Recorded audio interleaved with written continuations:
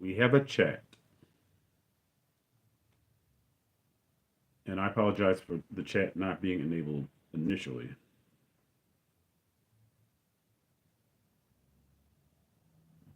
But as I said, we have it now, and that's always important. All right, I'm just waiting for it to show up on my monitor.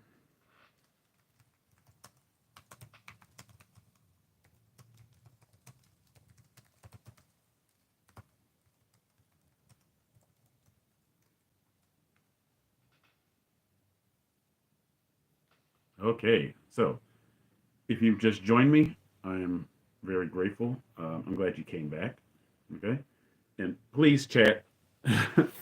Please interact. Anything that you can do to make this more of an interactive experience rather than me just coming on and saying, "Yeah, I'm gonna just do a live stream," and just talking to myself, which I do usually wind up doing, but I don't mind. I like talking about Star Wars. So again, we usually try to make these brief, maybe just an hour.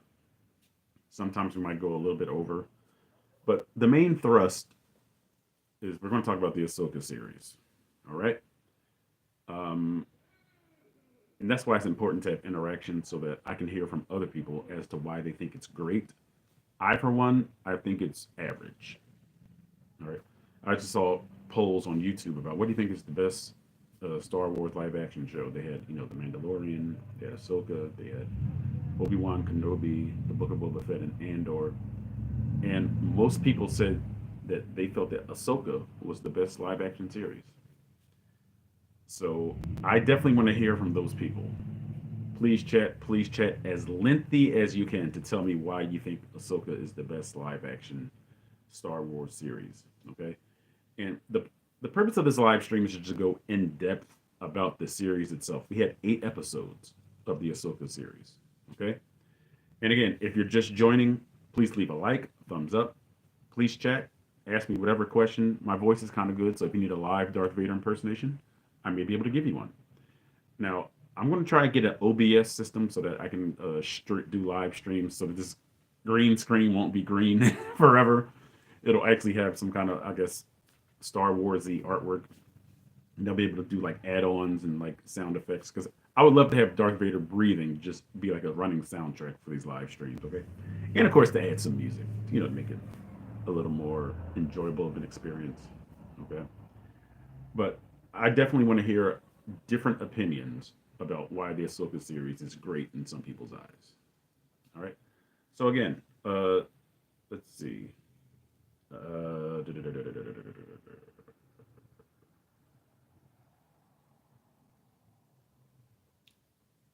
Wait a minute. I think I'm streaming through the wrong channel. I hope that isn't what's happening right now.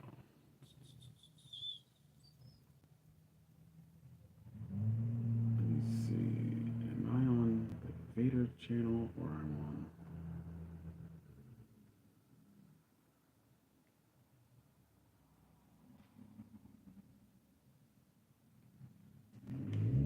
on? Ugh. Looks like we got to cut this one off again because this is the wrong. This is the wrong YouTube channel. Third time's the charm, I guess.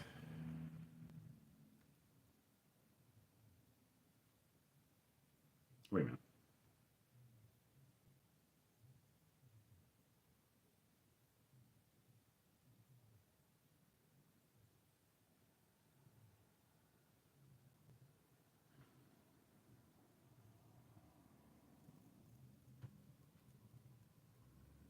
Let me see. I'm trying to figure out why the wrong thing came up.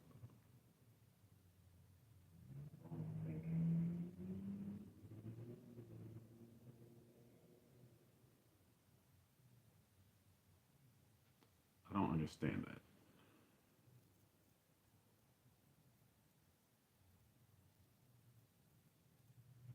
Go to my channel.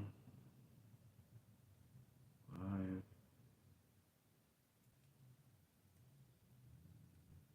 Okay, I was wrong. We are live on the correct channel.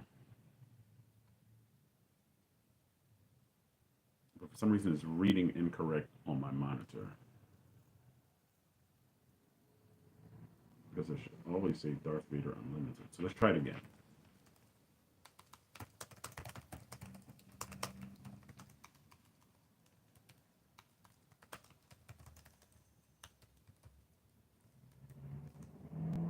Okay, I guess it's just a computer glitch or whatever.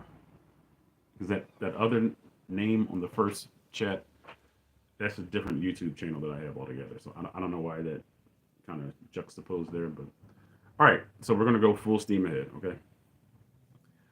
Let's give a little background on who Ahsoka Tano is. Okay. And Ahsoka Tano was introduced to us in, in chronologically. Okay. In the Star Wars, the Clone Wars animation movie. Okay.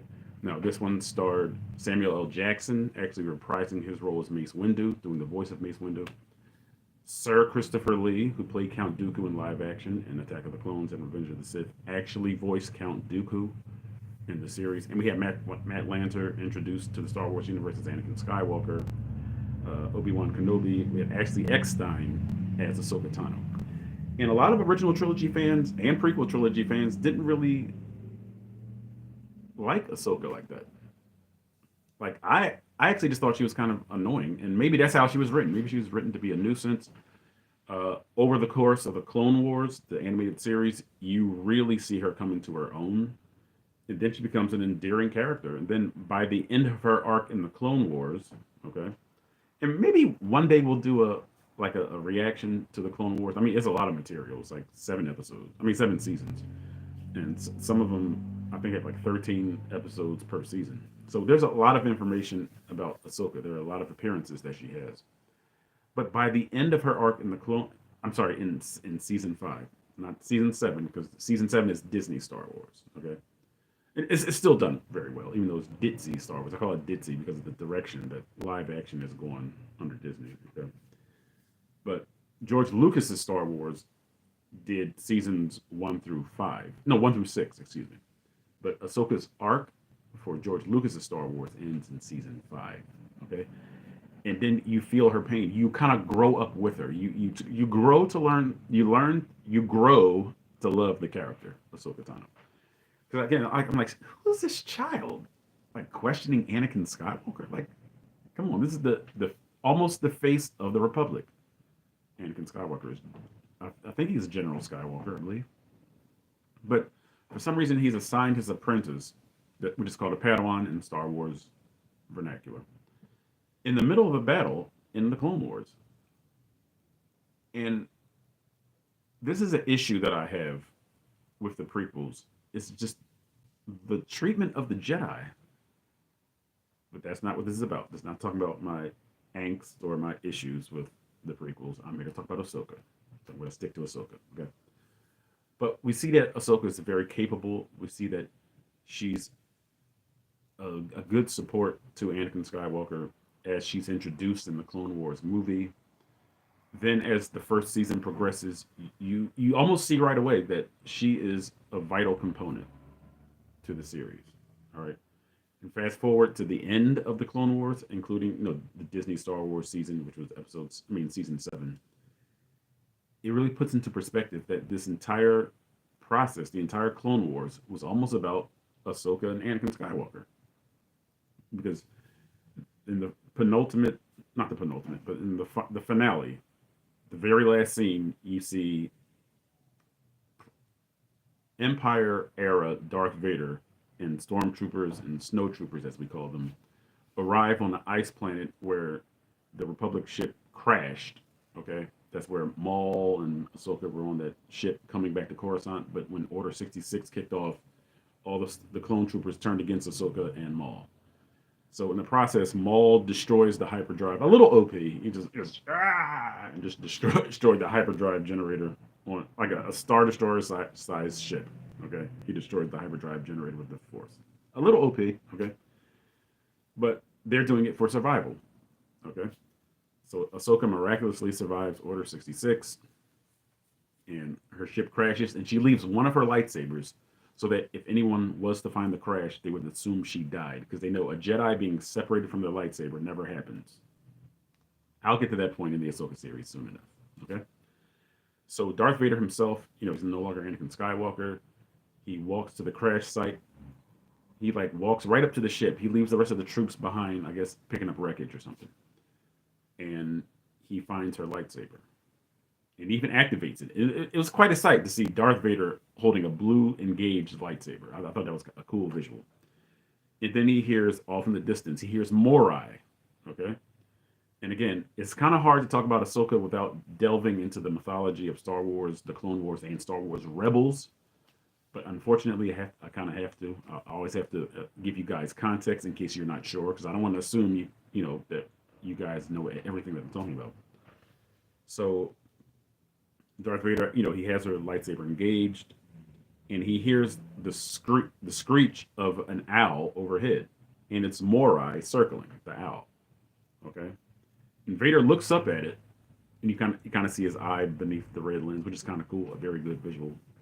And then he kind of like disengages the lightsaber and walks away, and that kind of sums up the Clone Wars, the state of Anakin Skywalker, his fall from grace, and Ahsoka Tano. All right, so let's get into it. The Ahsoka series. The first episode was called Master and Apprentice. It starts with a master and an apprentice, Baylan Skoll and Shin Hati. We see how powerful they both are. They just come on and just wreck shop on this Republic ship. Okay. And it's a little brainless because it's like, why are you inviting ships onto your bigger cruiser and you have no idea who the passengers are? Like, I think the captain said, well, yeah, they're registering an old Jedi, like, transponder code. And he's skeptical right away. So it's like, why let him on the ship in the first place? Again, maybe I'm just thinking too much or whatever because I'm in the real world. But if you knock on my door and I don't know who you are, I'm not going to invite you in, then say, who are you? That's silly, right? Okay. So, yeah, I'm going to put the names of these characters in the chat. And we don't learn Shin's name till, I think, episode 6. Like, I only knew her name because it was already, like, on the internet. But they're known as Baylan Skoll and Shin Hati. Okay, and if you say it correctly, I guess you like Shin Hati. You know what I mean? She's a Hati or whatever. Okay. But we see that they're powerful Force users.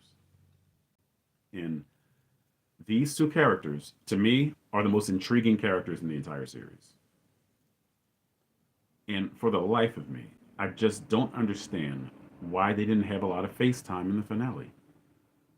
They were almost like a part of the epilogue. There's no dialogue from either actor or actress, and they play no part in the finale at all. All we know is, I guess they figured it out that they were betrayed by Grand Admiral Thrawn, but Baylan Skoll seemed like he didn't care. He said that there was a power calling to him. And again, I'm jumping back and forth through each episode, okay? So if it's not a straight line, forgive me, okay? But that's just how my brain works sometimes. I like to give context to things, okay? So Baylan said that there's a higher power calling to him. And I've heard people talking about is Abeloth. I have no idea who Abeloth is. I guess that's just EU lore or whatever. Or some people are saying that he's trying to be the Bendu. Other people have said that this is Palpatine calling for him, calling out to him, or whatever. Because sadly, the live action Disney Star Wars series are all leading to the sequel trilogy. That's what they're going to die on that hill of kind of reinforcing the sequel trilogy. And obviously they're going to try to fill in plot holes because they see how the sequel trilogy has been received. And it hasn't been received well. Okay. But I really did not want to see the sequel trilogy emboldened like this. Like, remember, it's a 30-year gap between Return of the Jedi and the sequel trilogy. Like, let something else bring that about. Like, why spoil established legacy characters? Really? Come on, don't do that. But they're already doing it. So, again, this is Disney Star Wars. This isn't Star Wars, the good stuff. You know what I mean? So, we see how powerful Baylan Skoll and Shin Hati are with the Force. They immediately kill off people on the ship. And the whole purpose of them going there is to rescue Morgan Elsbeth. The last time we saw Morgan Elsbeth was in season 2 of The Mandalorian, episode 5, The Jedi. We saw that she had taken this like town, like she'd taken over this town. on, I think, is it the city of Corvus on the planet Caladan? I'm not sure.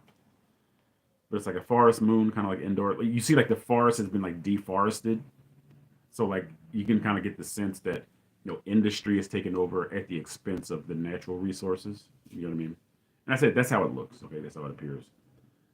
So you see that this woman, like she comes across as like a spoiled rich brat, okay, that takes what she wants and like just annihilates whatever isn't useful to her.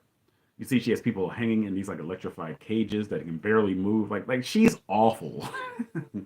Morgan Elsbeth is awful, and she's played by Diana Lee Inosanto. And of course, I've said before, Inosanto. That's a reference to Danny Inosanto, who was in Game of Death with Bruce Lee. She's the goddaughter of Bruce Lee. Okay, so I was definitely invested in her character because of her personal legacy, her genetic legacy. Okay, so Balon Skull and Shin Hati, they board that cruiser just to rescue Morgan Elsbeth. All right. And then she's like barking orders, acting like she's in charge. I'm like, I felt like Bane in Dark Knight Rises. I was like, do you really feel in charge? You know what I mean? Like Balon Skull should have like given her some sign that we are not taking orders from you, lady. You know what I mean? It's like this is an agreement. This is a pact. You don't tell me what to do. No, I don't care what the overall goal is. You do not tell me or my apprentice what to do. You work with us. We don't work for you. Okay. But again, maybe that's just the dark side in me, whatever. So they go to, what was the name of the planet? Was the planet called Danube? Not the blue Danube. Okay, it was Danube or something like that. And there's a cliff face, and it's called the reflex point of Cetos. I don't think Cetos was the name of the planet, was it? Or maybe it was, whatever. And there's all these like these plinths, Plinthes. These like they're sort of like angular, flattened stones, and you can kind of tell it's like a shrine of some sort. And there's like markings all over it. So that's where Morgan Elsbeth shows she has like Night Sister magic power. And I'm like, okay, I did appreciate the Morgan Elsbeth character, like her little like samurai fight with Ahsoka on that narrow walkway with like, I guess, flesh-eating fish inside. Because you see her like feeding the things, and you never see it. And I do like that. It's like the mystery is there. It's like what was in that pond, like a koi pond or something. And then like very samurai, she like stabs like the Beskar steel staff into like the ground first, and it has a doing. It's very samurai. It's very well done. And then I'm not going to say the dark side of me, but I'm like, why didn't she show any of this sort of disposition towards having Night Sister sorcery when she was fighting Ahsoka? Like, there's none of the like. If she's a Night Sister, wouldn't she have some like runes so that she would be able to harness the power of the Night Sister sorcery? So you can tell they kind of just foisted upon her the ancestry of the Night Sisters, which to me was kind of tacky because it's like she didn't show any of this power before. So you can tell me that now all of a sudden she has magics. Boo. Okay. I'm not gonna say strike one because I don't think it's that bad. But why didn't she always have the power? Whatever. So Morgan is basically saying that she was trying to attain a map. Okay, now this will lead us back to the beginning of the series. Ahsoka Tano was on this like another Night Sister homeworld. Well, not homeworld, but another world where the Night Sisters were prevalent or ruled. I'm like, this is new. This is like all these different planets for the Night Sisters. Really? So, so we're talking about an ancient city. They're like all these ruins, all these temples. Ahsoka knows exactly which temple to go to. Maybe because Hu Yang had it in his archive or something. I'll buy that. Okay. And we see a lot of that in the trailer, where she like stabs the circle in the stone and drops down, and she kind of does a little Rubik's Cube action to get the map activated in the first place. So then Ahsoka is met by these HK, these hunter killer droids, which are nuclear powered for some reason. So she defeats the HKs, they self destruct, and like the entire site blows up. I'm like, this is like Oppenheimer. It's like an atom bomb just went off because these droids blew up. It's just a lot of head scratching stuff. It's like, why are they harnessing nuclear energy? Do they have Kyber hearts or something? Like, whatever. Okay. Again, if you've joined us, we would be honored that you have joined us. Okay. Was that good for an impersonation? Whatever. So hit the like button or a heart. Give me a heart. I'm sure that's not how you ask for it, but whatever.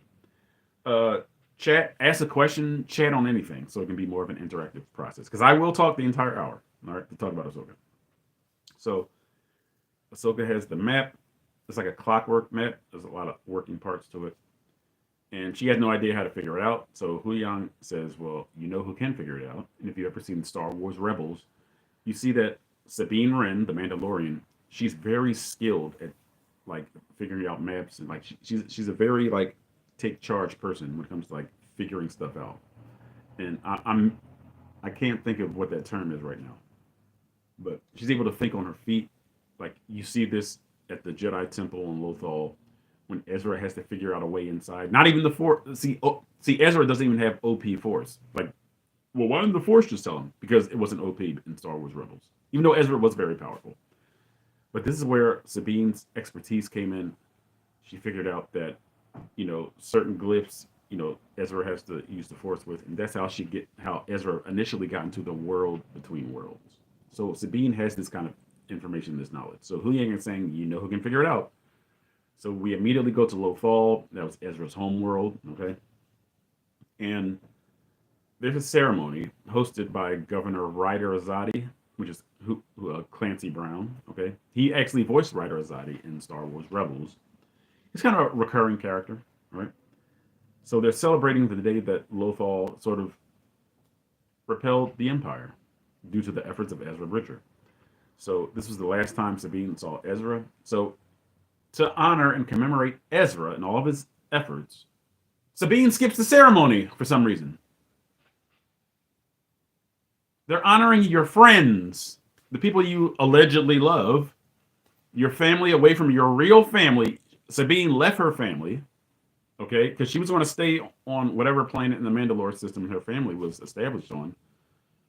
Ezra came to her in the finale of season 3 saying, "We need your help." She left her blood family to fight alongside her Phoenix Squadron family.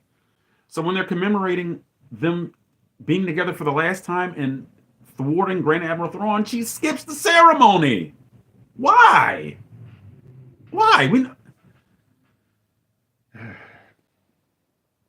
Whatever. So all of a sudden she's like this like punk. She's like on this like hover bike or whatever you want to call it, just racing through the streets of Lothal for whatever reason. And I can't lie. From the beginning, I hated Sabine's arc. I did. I didn't like the actress's choice. She just did not remind me of Sabine at all. The only thing that reminded me of her was her hair color and her outfit.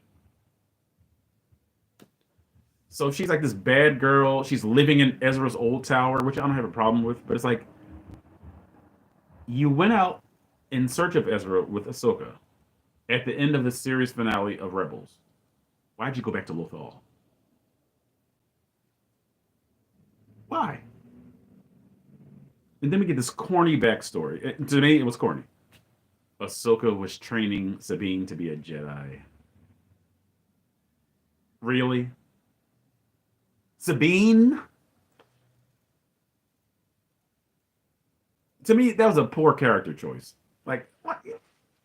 And Hu Yang said initially, she had the worst potential of an agency of the Force of anyone in 1,000 years, because Hu Yang is 1,000 years old, okay? She had the worst Force potential. So, in other words, she had none. And Ahsoka took Sabine on to train her as a Jedi. That failed. Then she had a real Force potential character that was raised in the Jedi Temple, in Grogu, and she doesn't train him. But you're trying to train Sabine. Brainless. Brainless. Again, maybe I think too much for science fantasy. I'll take that one on the chin. Maybe I think too much. I don't know. But it doesn't make any sense.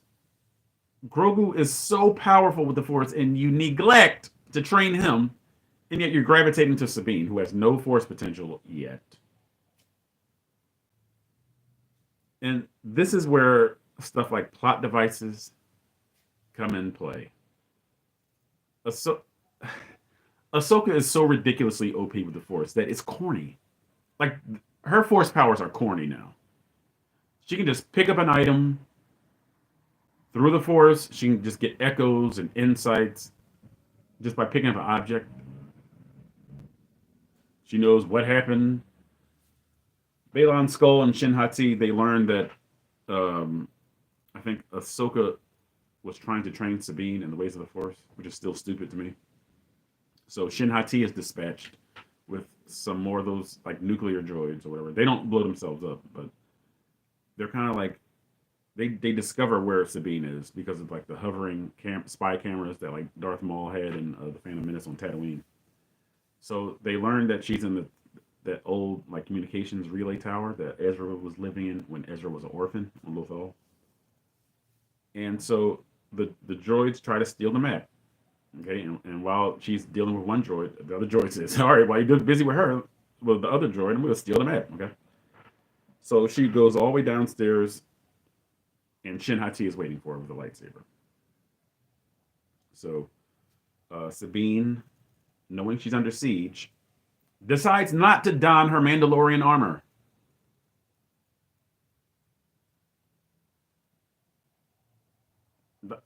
Does that make sense? So she leaves her helmet, all her armor upstairs. I guess maybe because it was last second, she wasn't expecting an attack. Do you think she suspects an attack? Clearly not. Okay.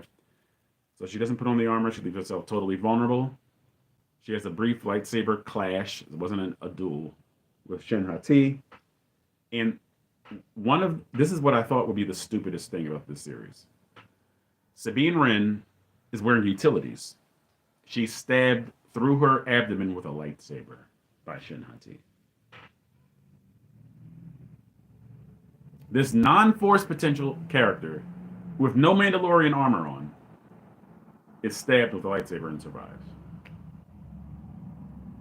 And what's even more egregious, okay? So let me give you some context, okay? In The Empire Strikes Back, when Darth Vader chops off Luke's hand, okay, his lightsaber goes tumbling into the chasm. Luke, there's no more fighting Luke. He's screaming because his hand has just been chopped off by a lightsaber. Ah! He like drops to his knees, holding his hand because it was just cut off, and he's totally at Vader's mercy here. And you'd think that was an oxymoron, Vader's mercy. So there's no fight left in Luke. Return of the Jedi, he returns the favor to his father, chops his hand off, his mechanical hand off. Vader falls to the ground and can't fight anymore because he doesn't have a lightsaber because it fell into the Death Star shaft, the core shaft. His lightsaber's gone, his fake hand is gone, but he's still feeling the effects of it, even though it's mechanical. And if you read I think Rise of Darth Vader, like even like the nerves in the mechanical hand were kind of faulty, so it wouldn't respond as my hand is responding now. Like my brain is sending signals to my hand to do this. Okay, for the demonstration. So they're saying because of the faulty wiring and the faulty technology of the suit, like the hand would respond like later. Like let's say I sent the signal now to flex my hand, there'd be like a delay because of the faulty technology. Even with his faulty hand cut off, he screams, Vader, ah, and falls. And he's at Luke's mercy. Okay? The Phantom Menace, Qui-Gon Jinn is impaled with a lightsaber. And he goes, oh, because the shock of it, he's stunned. Like all the air is taken out of him. Darth Maul leaves it in for a second, then pulls it out. And then like Qui-Gon Jinn is still in shock. His lightsaber is still right there. He's like holding his wound because he's stabbed with the lightsaber. Then he like topples over and he dies a little while afterwards. I'm going somewhere with this, okay? Attack of the Clones. Count Dooku is fighting Anakin Skywalker and Obi-Wan Kenobi. Anakin rushes in where angels feel afraid of tread. He gets electrified. So it's just Obi-Wan and Count Dooku. Count Dooku grazes Obi-Wan on the shoulder and on his knee, like right above, like around the patella, okay, of the knee. Obi-Wan like does this when he taps him on the shoulder. Oh! And then Dooku like, sees that he's helpless because he's been hit with a lightsaber. Taps him on his knee, then cut his leg off. Thank the Force. And Obi-Wan crumples, and he can't do anything with his lightsaber in reach. His lightsaber's in reach. He can't do anything because he's struck twice with a lightsaber. That will come in handy, to my point. Anakin's dueling him. I mean, he's no match for Count Dooku. Count Dooku, like, because at one point Anakin has two lightsabers. Dooku cuts off the hilt of one lightsaber, so then it's one-on-one. And that's when it's kind of like hard to see, you know, it's like very kendo. You know, they both have their arms above their head, like, and the lights are going. It's a little artsy, but I didn't think it was that bad. So at one point, Count Dooku chops off Anakin's arm. Ah! That's Anakin's reaction. And then Dooku force pushes him away. And he's unconscious. Anakin is. Okay. Revenge of the Sith, we know what happens with lightsabers. Count Dooku is fighting Anakin and Obi-Wan again. Obi-Wan again is sidelined, okay? Not because of a lightsaber attack. So then it's one-on-one, but now Anakin Skywalker has grown in the Force, okay, over the course of the Clone Wars. You know, you kind of watch it in the Clone Wars. He's becoming more powerful. He's becoming more rash. And his connection with the Force is just at an all-time high, okay? So he betters Dooku. He has Dooku on the ropes. He does some kind of maneuver. He chops both of his hands off. Count Dooku's. Count Dooku, what does Count Dooku do? He's shocked. Oh, and drops to his knees, and he's literally disarmed. No hands. He's helpless. And then, of course, Anakin beheads him with both lightsabers. Let's fast forward to Anakin versus Darth Vader. He still looked like Anakin Skywalker. He wasn't in the Iron Lung yet, but he was Darth Vader. He was christened Darth Vader by Darth Sidious, Chancellor Palpatine, who would become the Emperor. Anakin Skywalker's arms and legs are cut off. The fight's over. When you're hit with a lightsaber, you're done.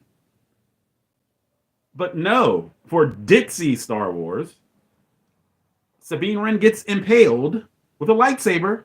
There's no no falling. She still picks up she still has her lightsaber in her hand. She's still capable of fighting with the lightsaber after she's impaled.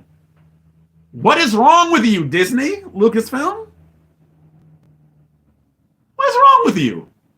She was impaled with a lightsaber. Technically, her body should have exploded. A lightsaber, the Kyber crystal, that's the heart of a star. That's the part of a heart of a star. You don't just have Kyber crystals laying around, which is another point I'll get to. And hopefully I'll remember to come back to my main point. But we see that Kyber crystals aren't just lying around. Yoda bequeaths Ezra Bridger with a lightsaber crystal through the Force. That shows the power of Yoda.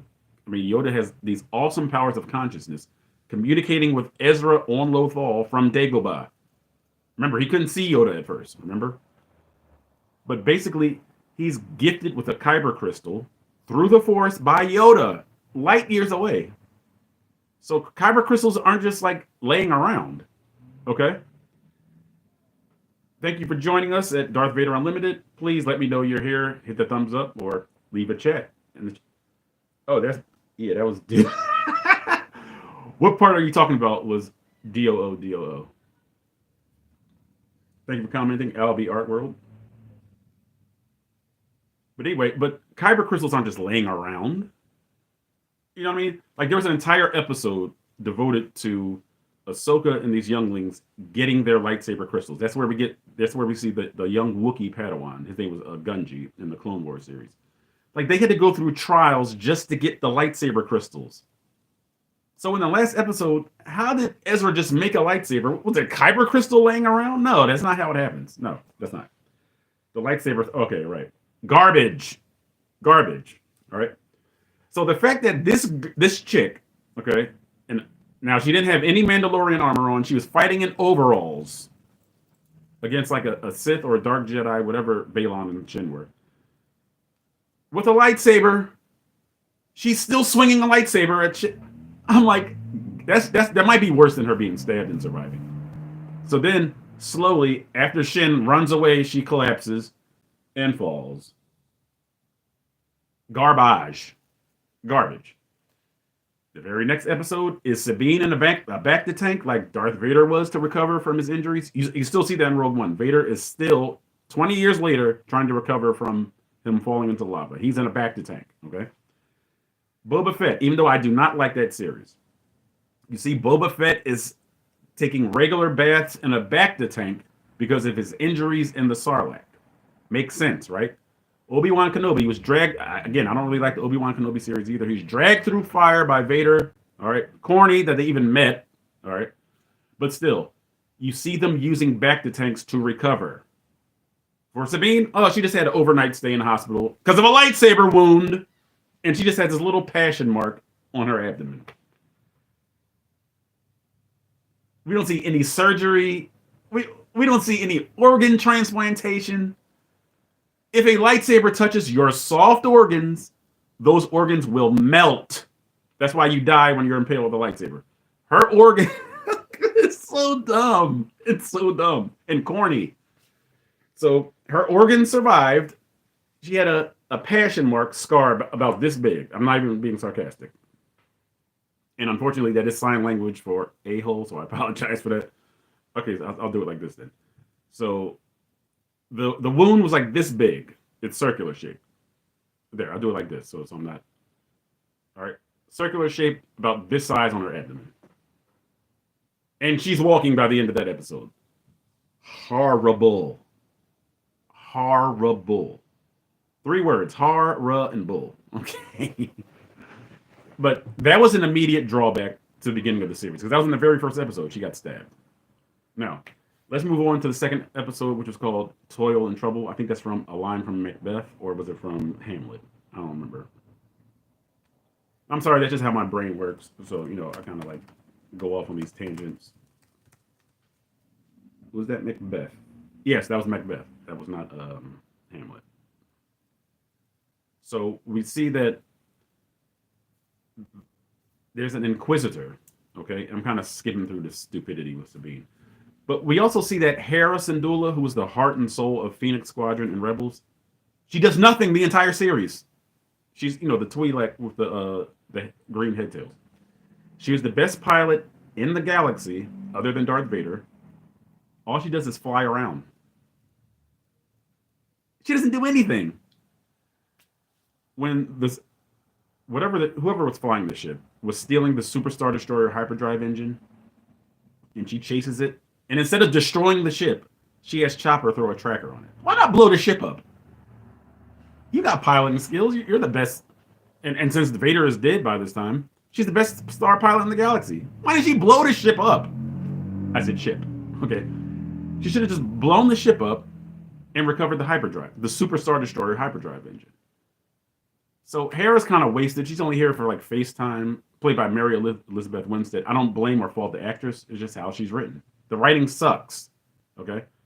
And this writing is by Dave Filoni. He's kind of like, people think that he's like this genius or whatever because he learned Under the Learning Tree by George Lucas himself. I'm going to get to Dave in a minute. Okay? Because there's something that I definitely want to talk about regarding Dave Filoni. But there's an Inquisitor, and these guys were like Jedi hunters in the Empire era. Darth Vader was the leader of the Inquisitors, okay? So this Inquisitor is still around somehow. And a lot of people were speculating this was probably Ezra or Starkiller from the Force Unleashed game, And they probably just did that on purpose. He's a red herring. People were saying, I wonder who's under the mask. It turned out to be nobody, okay? So this Inquisitor, Marok, is stalling Sabine. I mean, not Sabine, excuse me, Ahsoka in the lightsaber combat, while the ship that's stealing the Superstar Destroyer hyperdrive engine kind of should be getting away scot-free, but Hera's chasing it. And this sequence is done very well. It might be my favorite like spaceship sequence because they're still like planet side when they're doing the chase and they're like pulling towards orbit. Like, to me, that's my favorite like ship to ship special effect. But that kind of ends episode 2, and then like Sabine is perfectly fine at the end of this episode. It's so bad. She's perfectly fine. She gets into her Mandalorian armor. They basically do almost a live action shot for shot of the epilogue of Star Wars Rebels. Oh, it's almost shot for shot. Sabine sees Ahsoka's ship coming in, that shuttle with the fins, dorsally and ventrally, accompanied by two X-wing in animation. It happens in live action. She's in the tower. She sees this. She gets on a hover bike, goes into the city. She's at the mural for the rebels, just like an animation. So again, this isn't anything new. It's just a live action, shot for shot of animation of the Rebels series finale. Nothing new. She leaves with Ahsoka. They have this manufactured tension. You were my apprentice, and I left you. Why? So you train Sabine, who has no force powers, and you deny training Grogu, who has all the force powers in the world. Dumb. Dumb. Okay? So over time, we kind of see that Morgan Elsbeth, who's suddenly a Night Sister, okay, she's been receiving visions, and that's why they needed the map, okay? So they go to the reflex point of Cetos. Because of these runes on these, like, plinths at this, like, shrine, like, there's, like, a map from one galaxy to the next. It's a very specific, like, ancient ruin. These ancient maps will show you a guide to another galaxy. Why would you even have knowledge of another galaxy? Like again, I'm being a stickler right now, but another galaxy, as large as your galaxy is, that you will never get in a complete readout of or map. We have this specific point to a totally silly. Again, maybe I'm overthinking. Okay. So on this planet, we see for the first time in live action the Purrgil. Now, we saw them in Star Wars Rebels, the animated series, computer animated series.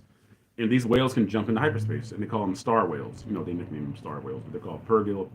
We kind of see a few of them in live action in The Mandalorian Season 3, while Din Djarin is asleep in hyperspace. Grogu looks out the window in hyperspace, and he sees the whales. So for a lot of people that already knew, they're kind of like, oh, the Purrgil. You know what I mean? Okay. So, and I knew about them, too, because I saw Rebels. I enjoyed Rebels. Rebels, I can rewatch Rebels. It's that good, okay? Even though it's ditzy Star Wars, Disney Star Wars. Okay. So the Purrgil are kind of like hovering in the atmosphere, which kind of doesn't make sense because like if you're like multiple thousands of pounds, you would need like a very strong ability to just float in the atmosphere. I can see in space, where there's no gravity, but they're like these multi-ton whales in high orbit, and they're not even moving that fast. So I guess they have some kind of hovering ability. Again, maybe I'm thinking too much. Star Wars got very mappy. Oh my God. As soon as they said map in the opening crawl, it said like looking for the map. I was like, another map. Like we're mapped to death. Like in The Force Awakens, there was a map to Luke Skywalker. In The Rise of Skywalker, I call it the writhe. You writhe in pain. The writhes of Skywalker. There was a sacred Indiana Jones type dagger, and out of the hilt, there's this. Oh, here's the map right here. Stupid, stupid and corny and unimaginative and non-creative. But so let me fast forward to the Ahsoka series. Baylan Skoll, who's easily the most captivating character in this series, him and his apprentice, because we really don't know what he wants. And Ray Stevenson is a great actor. R.I.P. It sucks that Ray Stevenson died before the series even aired. Okay, but he and his apprentice are easily the most captivating characters. The series is called Ahsoka. What do we really get about Ahsoka besides the fact that she's OP? Nothing. We get nothing about Ahsoka. And again, I'm jumping all over the place because the series has concluded. All right, so these really aren't spoilers. You should have watched it already. But at the very end, we see the ghost of Anakin Skywalker. Just looking on from a distance. Why not let her know you're there? The entire series, do you know how awesome this series would have been if Ahsoka was being led and having regular kind of encounters with the ghost of Anakin Skywalker? The entire series? This series would have been so much better if we would have seen Anakin talking with Ahsoka instead of like the hologram of him teaching her how to like use the lightsaber. When she's on the ship, she's like a Anakin walking around with his hands behind his back. But I guess they kind of like just wanted to like blow their load with Anakin Skywalker in Shadow Warrior, where I guess Ahsoka was dreaming this, when she's kind of in between Exactly. Should have been called like Sabine or Rebels season 5. Okay. Oh wow, wow. But if Anakin would have been a constant companion, his Force ghost to Ahsoka, and have still have Morai the Owl, and I don't Owl. Okay, LBR. I don't know if you're familiar with who the Owl is, but OWL. But it's very essential to the Ahsoka character. Ahsoka has all these supporting characters, and they get a one shot. We only see the owl in the finale. You just hear it squeak in the background and fly off. Ahsoka doesn't go, "Hey, come back," or like, "Come perch on my forearm." The ghost of Anakin Skywalker isn't even visible, even though Sabine was like, "I sense something in the shadows." Stupid! I sense a Force ghost. Like, really? You sense a Force ghost?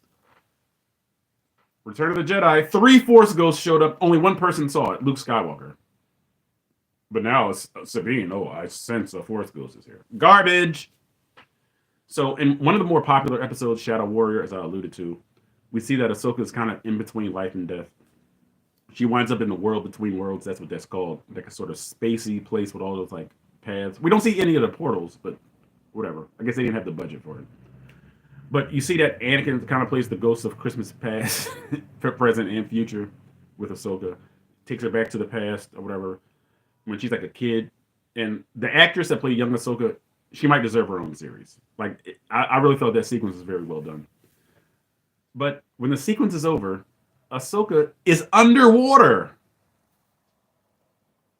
And she hadn't drowned yet. Like, maybe I'm incapable of suspending my disbelief, but I don't buy that. The water's, again, it's not like she's washed up ashore and maybe like some of the water gets in her. She might wake up like, she's completely submerged and hasn't drowned. Maybe maybe I'm too old to like enjoy fiction or science fantasy anymore or fantasy. But I just don't believe this garbage anymore. I'm sorry, I don't. So at the end of that episode, Ahsoka suddenly has the power to communicate with the Star Whales. Why? Because the plot demanded it. She never had that power before. Ahsoka was never OP before, but they needed to be OP because we need to be able to explain these things because we can't tell good stories anymore. So now she can listen to this. She communicates with these whales. And these whales know what another group of whales did 10 years ago. Yeah, they took her to another galaxy. How do you know that? If they completely left the galaxy, would they send you a message from one galaxy to the next? How would this group of whales know what another group of whales did 10 years ago?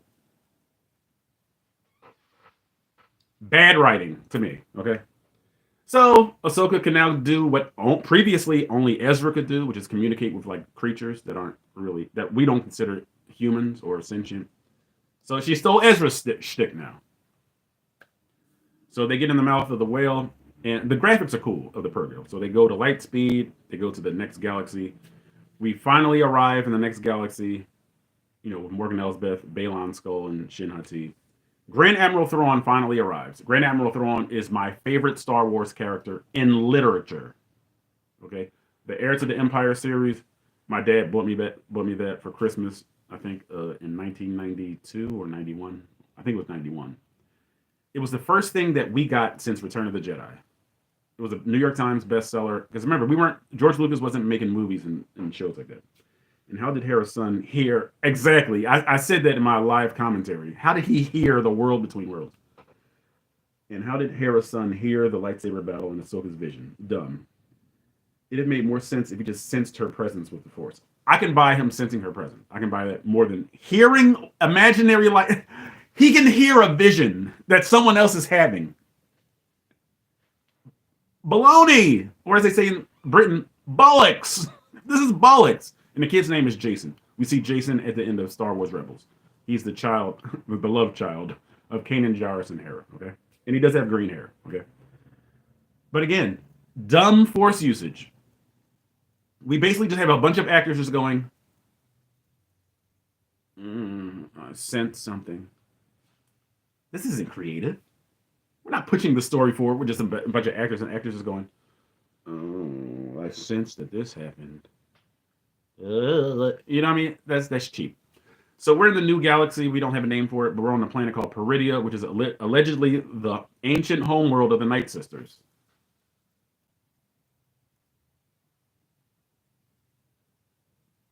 Originally, in George Lucas's Star Wars, which is the good Star Wars, they dwelt on a planet called Dathomir. Guess who else was from Dathomir? Darth Maul! So now these people came from another galaxy too. And along the way, they just set up these outposts, where Ahsoka found the map was another Night Sister world. Put your pens down, people, and just stick to the good stuff. All right. So anyway, we finally see Grand Admiral Thrawn. We see that there are visible repairs on the Chimera because the Purrgil kind of wrecked the ship. When they wrecked the ship, when they took it into Lightspeed at the end of Rebels. So I can buy that. We see a bunch of stormtroopers that look like they've been raked over the coals. Like they have this red cordage holding their armor together, which I buy. What I don't buy is the explanation. Like, why were their forces dwindled? We don't see anything on this planet yet called Peridia that could have explained why his forces were dwindled. Don't tell me those Red Raiders took out the Imperial garrison on the ship. And I know full well that the turtle snailians couldn't have possibly done this. So we get no explanation as to why Thrawn's forces were routed. All right. And we see a particularly different looking stormtrooper, Captain Enoch, who has a gold face, okay? Which is kind of cool. All right. So Grand Admiral Thrawn, all he does is just bark orders. Not bark, but he has that low, so done. It's a very low voice. He's very calculating in the books. And this one, he's just telling people what to do with his arms folded behind his back. He does nothing this series. I was totally disappointed with Grand Admiral Thrawn's portrayal in the series. Totally disappointed. All right. So Thrawn's just talking. He's trying to make it sound like he's smart. He's really not. So Morgan Elsbeth says, why don't we send 2 squadrons to take out Ezra? So he says, send Balon and Shin after Ezra. They find him within a day because they're tracking Sabine. Did you hear what I said? They found Ezra in less than a day. Grand Admiral Thrawn, as smart as he is, with his legion on the ship, with a Star Destroyer, can't find Ezra Bridger after a decade. Sorry for raising my voice. A decade. He can't find them. Sabine found him within a day. Balon and Shin found her the same day. Nerf. You've nerfed Thrawn. His full name is Mit Thrawn Nuruodo. Thrawn is called his core name, okay? But you've nerfed a great character in Thrawn. He's just basically just wasting his forces now when he said, we don't want to waste our forces. So what does Grand Admiral Thrawn do the rest of the series? Waste his forces. He sends 2 gunships. Listen to this. In the episode, not far, far away, what's the next? Dreams and Madness, which was maddening. He sends 2 gunships. 2. To take out this slow-moving caravan that I could have caught on foot. To take out Ahsoka's ship. No, not the ship, but the little turtle snail guys that are in these hovercraft. They're like ships that, whatever. So, what happens? The gunships decide to land. You're in a gunship. Why not just assault them from the air? And they circled up the little turtle snail people that Ezra was with. They made themselves not even a moving target anymore. They're not moving anymore. So why would you get out of the ship? Why not just circle and just bombard and just waylay them? But no, for the sake of the plot, listen to this. The traditionally bad marksmen that are the stormtroopers decide to get out of the gunships so they can be a ground assault force when you can't hit the broadside of a barn in bad Star Wars. And Andor, they were trouble, the stormtroopers were. So to advance the plot, let's get out of these ships because it would be too easy for us to kill the heroes. And who comes to the rescue? The ultimate plottress of Devicingham, Ahsoka. She's riding this, one of those dogs that she stole from Balon. So the dog immediately obeyed her orders when he was the steed of Balon. Again, this stuff doesn't make any sense. It's thoughtless. Hey, I stole your dog. Let's go. Sure. When Sabine first got on one of those big dogs, as soon as one of those raiders fired, the steed threw her off and ran off. Now the steeds are just sudden. All the other steeds just are suddenly brave. But yeah, let's run into battle headlong. Yay! Why? Because the plot demands it. Bad writing. Okay. So Ahsoka comes to the rescue. Ezra says, "I don't need my lightsaber." Really? What Jedi doesn't need a lightsaber? And I've already said this in a previous video. Obi-Wan told Anakin, "This weapon is your life." But in ditzy Star Wars, I'm sort of a Jedi. I don't need a lightsaber. You know what happens in the finale, the very next episode? Ezra needs a lightsaber. I can't make this stuff up. The very next episode, he has to build a lightsaber. So obviously there's just a kyber crystal lying around, which I told you that Jedi younglings have to go through a whole trial just to get the kyber crystal. But for the sake of the plot, there's just a kyber crystal lying around so he can make a new lightsaber. Stupid, brainless, thoughtless. And so we kind of know what happens in the finale. Thrawn can't hit the broadside of a barn. 2 TIE fighters are dispatched. They can't destroy Ahsoka's ship, which is moving probably at like 5 meters an hour because she's like kind of covering the snail people. So the 2 TIE fighters die in the dumbest way. Ahsoka's ship just boosts forward in a straight line, and the TIE fighters go, "Ah!" She's coming at them in a straight line. Why not maneuver? Like, no thought and no intelligence went into writing the script. She takes both of them out with both wings. So they're flying perfectly parallel. Not one of them can maneuver or veer out of the way. Dumb.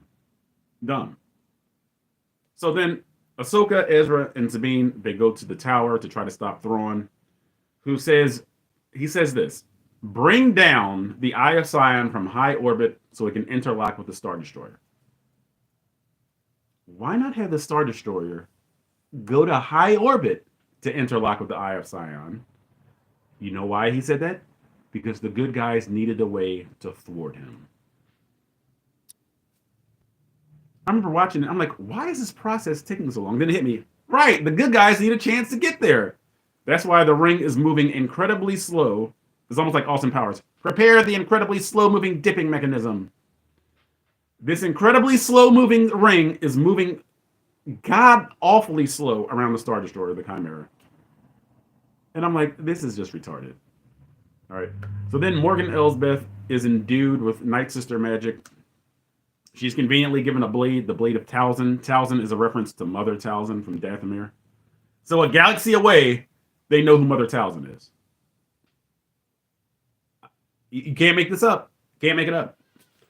So she's given the blade of Mother Talzin from the other galaxy. So it's just easy. We can just hop back and forth from galaxy to galaxy. Stupid. So she's given something that can sufficiently block lightsabers because the plot needed a lightsaber duel. So finally, these stormtroopers are beaten up, which they always are. And then the night priestesses, they do little voodoo, and the stormtroopers are like zombies. They sucked as stormtroopers when they're alive. Why are they a threat when they're dead? What? They're still going to miss if they shoot. How is this an advantage? How is this a secret weapon? I could see if they were like dead Inquisitors. Like, remember Marok, the guy that everybody thought was a Star Killer and or Ezra? Now, if you have some undead Force-powered people, now you got a problem. But Stormtroopers? What did he do? Alive or dead, they're meaningless in this series. So, one of the death troopers, that I think Thrawn called them night troopers, they're like throwing Ezra and Sabine around on top of the tower instead of throwing them off the tower. Not that I wanted Sabine or Ezra to die, but it's like, if I want to end your life and I'm a zombie, why am I just going to throw you and keep throwing you? Why don't I just walk you over to the edge, because they are strong enough to pick them up, and just go, and kill them. So one of them has Sabine around the throat against like one of the stones. So then she like reaches out, and this is at the point where I knew that her force power was going to manifest, and you kind of see it coming from the beginning of the series. Still trash, but it wasn't as egregious because they were trying to let me know like from the beginning it's going to be corny later on. So I'm like, okay, the lightsaber's going to fly in her hand. Okay, so it was a little rickety. The lightsaber kind of like did it, because she's like using the powers for the first time. So barely able to get a lightsaber in her hand. Ezra has to jump from one country to the next. Like that's how far this jump was. I mean, I'm exaggerating saying one country to the next. But to get from the top of this tower onto the Star Destroyer was like Luke Skywalker in his wildest dreams, Anakin Skywalker in his wildest dreams could have never made this jump. So Ezra says, I can't make this leap. And Ezra could jump pretty far too. So could Kanan. Not this far. Yoda on his best day could never jump this far. So Sabine says, I'm going to push you with the Force. How could you get that kind of mastery with the Force that fast? Really? You have enough Force ability suddenly that you can propel somebody through the air? And remember, he didn't even achieve the right altitude to like hang on to the ledge. He fell short. She used her power to hold him up in the air and get him onto the ship.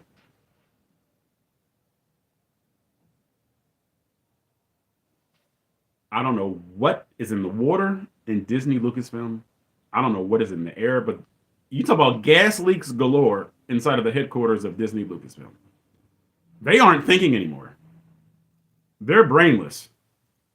So Ezra, he's magically flung up onto the ship because the plot demanded that he get on the ship. Sabine and Ahsoka are kind of stuck on Peridia, and Grand Admiral Thrawn makes a slow getaway. He sends her he trolls her. I know who you are. You're like your master, Anakin Skywalker. So Grand Admiral Thrawn did absolutely nothing in the series. He's a waste. So he goes to hyperspace. He leaves them behind. And Ezra, I kind of knew what he's going to do. He kind of dresses up like a stormtrooper because that's what Ezra did in Rebels. He kind of like collected all these like Imperial outfits and helmets and stuff. That's why they're all over this tower at the beginning of the Ahsoka series. You see all those helmets because Ezra would collect them. Okay. And Sabine suddenly was a match for the woman who stabbed her with the lightsaber. Right, their second battle, she was holding her own somehow. Garbage. So we're going to bring this to a conclusion soon because I've gone over the hour mark. But since I'm on a roll, I'm gonna go as long as I need to. Pause. Okay. So Sabine and Ahsoka are kind of stuck on this planet, and they're smiling when they walk back to the little turtle snailian encampment. I'm like, what are they happy about? Their galaxy is now doomed because Grand Admiral Thrawn is returning.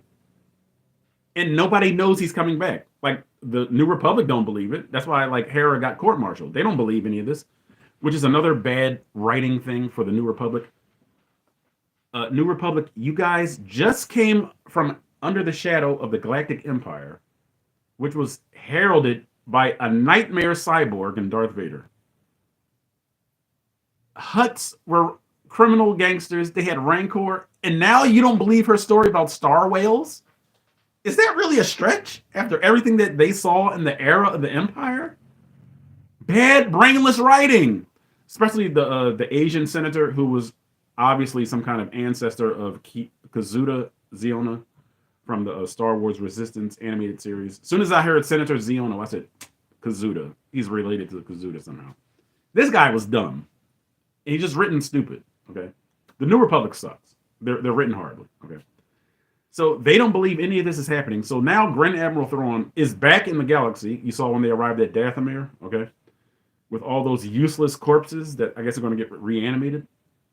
Again, stormtroopers are useless when they're alive. Why would they be more valuable dead? They're stormtroopers! Anyway. So now Ahsoka and Sabine are left in the previous galaxy. Then we finally see Baylan Skoll and Shin Hati. Shin Hati, she rendezvous with the Red Raiders. Okay, she like holds up her lightsaber. It felt very like fantastic, like something like somebody would like hold up a sword, like King Arthur would say, like "Follow me." I thought that was good. That was done well. So she's probably going to lead these raiders, I guess. I don't know what they're going to do because they're far away from home. And then we see Baylan Skoll with like a Game of, I said this on my audio commentary, with like this sort of Game of Thrones cloak on. And it almost felt like a scene out of Game of Thrones, like he went beyond the wall or something. So, and I don't, I don't know if Albiar, if you're still listening, but I'm gonna explain the significance of the final scene with Balon's skull. He's like walking out on like the edge of like a cliff, and it's hewed. The rock is hewn, Hewn, in the image of two characters, and they're from the Clone Wars, the father of Mortis and the son of Mortis. Okay, and you can find out more about the gods of Mortis in the Clone Wars. I think season 3 or 4. It's called Overlords, Altars of Mortis, and Ghosts of Mortis. Like they play a very significant role. So when I saw the father and the son, he's like standing out on the edge of the father's hand, or whatever. I was like, the father and the son. Like I was kind of geeked about it. And then, oh, the Mortis gods. Okay, yeah. Okay, so you know about them. All right. So I was like geeking out about it. And then it cuts away from Balon. So all we got was a non-speaking role from the late Ray Stevenson, and that will be the last role we see from him. He don't say nothing or do anything in the finale. Garbage to the most captivating character. Disrespectful. So what we know, Ahsoka and Sabine are far away from home, and Ahsoka is kind of being the most Jedi that she's ever been. She says, "We got to move on," and that was the most Jedi thing she said, because obviously a Jedi would not get caught up in the excitement or in the adventure of chasing after Ezra just to fight. Because she's saying, all right, so now it's up to the galaxy to take care of Grand Admiral Thrawn. They have no way back, apparently. So Ahsoka's kind of very patient. She's kind of very Jedi here. She's like, time to move on. And you can see Sabine's face. She's not ready to move on. All right. So I guess they're just going to make a new life with the turtle snailians. And they have threats because Balon Skull still hasn't found this power that's calling out to him. We still don't know what that is. And in typical ditzy Star Wars manner, another plot thread just left. So hopefully you'll come back for season 2. And Shin Hati, I don't know if she'll ever rendezvous with Balon again. Maybe. But now she's going to be commanding these raiders, looks like. So if you can set a second season of Ahsoka in that galaxy that's even farther away than our galaxy, that's far away, you might have something. Because you don't really have a lot of reference points to rely on, even though somehow the ghost of Anakin Skywalker made it from that galaxy where the Force is, the Force binds that galaxy together, not this one. So how'd he get there? How is he showing up in a galaxy that's not comprised of the Force? Maybe I'm thinking too much again. Okay, but how can you even use the Force in that galaxy? That's why when Balon Skull said that he was looking for a power that would break the cycle of the Force, and then the dark side, the Empire, and the Republic.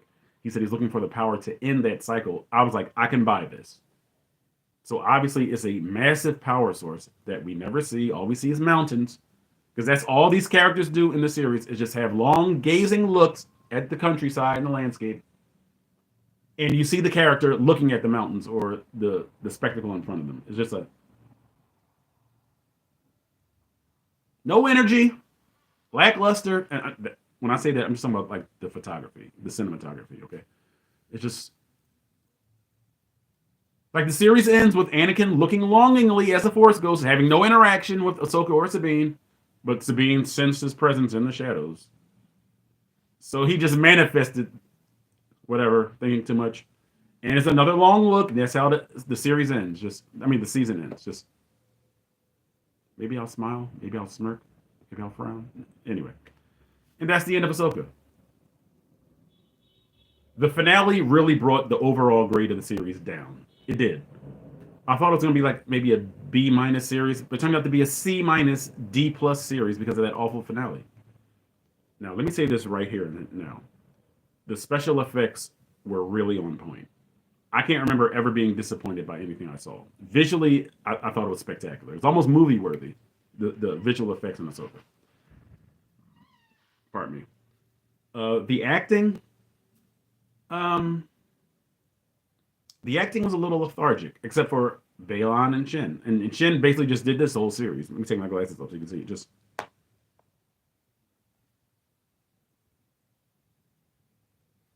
She had that one face, that one look of her eyes bugging out of her head. But Ray Stevenson, great actor. I thought every line was delivered well. I especially loved his line about breaking the cycle. Like, the good guys rise, the bad guys rise. He said, I want to break that. I thought that was probably the best line of the series. I liked the actor Iman Esfandi that played Ezra. I thought he was well done. but they made him a vagabond with force powers. And Ezra was a very powerful, like, on his way to becoming a Jedi in Star Wars Rebels. I thought he was nerfed. Grand Admiral Thrawn, wasted. But acting wise, I thought he acted pretty good. It just his character didn't do anything. So it's like, what can the actor do when his subject has nothing to do except full design behind his back, go, have no expressions, because he has red eyes and a blue face. You really don't need too much because that's kind of telling you the story right there. Like he's an alien. Grandmother, no, not grandmother, but night sisters or priestesses, whatever you call them. It was all right. Morgan Elsbeth, I thought her acting was pretty good. Rosario Dawson's was pretty good. I just don't like the acting choice, Natasha Liu Bordizzo for Sabine. I just never bought her story. I never liked her story. And we're going to wrap this up soon because I'm going about 10 minutes over. And my last point is about Dave Filoni. Okay, Dave Filoni is somebody that people think is like the second coming of George Lucas. The fact that he would just, and again, I don't know if maybe there was pressure on him, put on him by Lucasfilm or put on him by Kathleen Kennedy for like the stupidity and like the breach of George Lucas's Star Wars. But if you were loyal to George Lucas, Dave Filoni, why would you sign off on this stuff? Like, you should know Star Wars. Maybe not as good as George Lucas, but Sabine being stabbed with a lightsaber? How could you permit that? Folks, maybe Dave Filoni ain't as loyal to George Lucas as everybody says he is. And this last point will end the live stream. In George Lucas's original treatment for the sequel trilogy, in other words, the 3 movies that were supposed to happen after Return of the Jedi, yes, he started writing a sequel trilogy, okay, before he sold it to Disney. The arch villain of that sequel trilogy was supposed to be, dun dun dun, Darth Maul. Darth Maul was supposed to have an apprentice, a female Sith user called Darth Talon, I believe her name was, okay? So when he sold the rights to Disney, Lucasfilm, he also sold them the treatment. Disney was supposed to put, as a part of the bargain, they were supposed to put his treatment into action for the sequel trilogy. So as we know, they diverted from his plans. They breached the contract as well, okay? And they went with their own thing that wasn't received well. Dave Filoni, this is what Dave Filoni does, the guy that's loyal to George Lucas. The primary antagonist of George Lucas's sequel trilogy, Darth Maul, was killed in animation.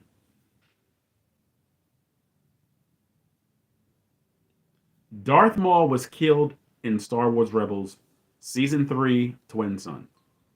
Was it done well? Was it his last showdown with Obi-Wan Kenobi done well? Yes.